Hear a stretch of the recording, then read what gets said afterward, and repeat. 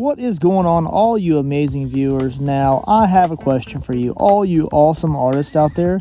What do you do with your leftover epoxy when you are done with a cup?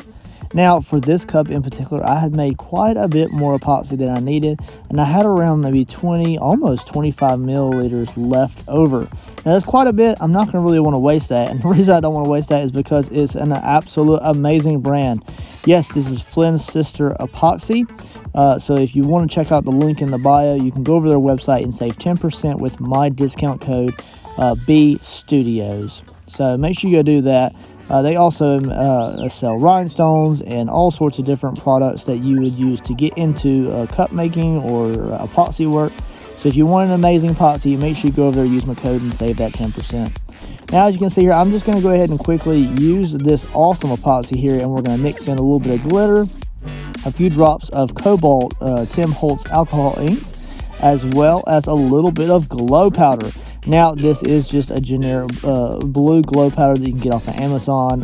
It's nothing super special, but I do put quite a bit of this in here, and we are going to make some awesome glow-in-the-dark shards. Now, these will be used to make little necklaces and trinkets, and it's something that I could also polish and shine them later if I wanted to.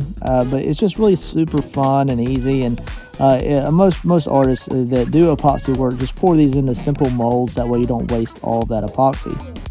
So I have about 2 or 3 of them lined up here, different shapes. The main ones I wanted really were those little shard-like crystals, and these are the ones that I'll probably turn into a little necklace for my daughter. So I'm just going to gently pour them in, and then I actually have to introduce probably 1 or 2 more little molds because I do have quite a bit more than I actually need, even for just this right here. So I'm just going to slowly pour that in. Make sure not to cover up the little loop for the necklace attachment there. And I believe I had got an entire kit of these off of Amazon as well. They're really nice. They're very sturdy, and I've used them to make quite a bit of necklaces in the past. Pouring those into the little molds there. This is a very satisfying process, and I do like the Flynn Sister Epoxy because it's a little bit thicker. Now, I could go ahead and hit this with a heat gun and expedite this and kind of liquefy it and get it running quite a bit so that it runs a lot faster, but I just don't see the need for that. And now this epoxy has already been setting for the entire time that I've been working on this amazing glow-in-the-dark Austin Powers Mojo tumbler.